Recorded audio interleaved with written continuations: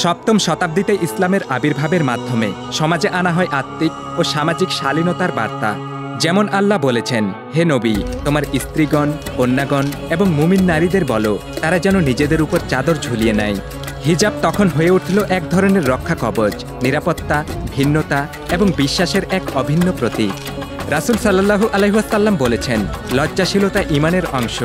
কিন্তু কেবল বাহ্যিক পর্দা নয়, ইসলামে আত্মিক পর্দাও জরুরি একটি বিষয়।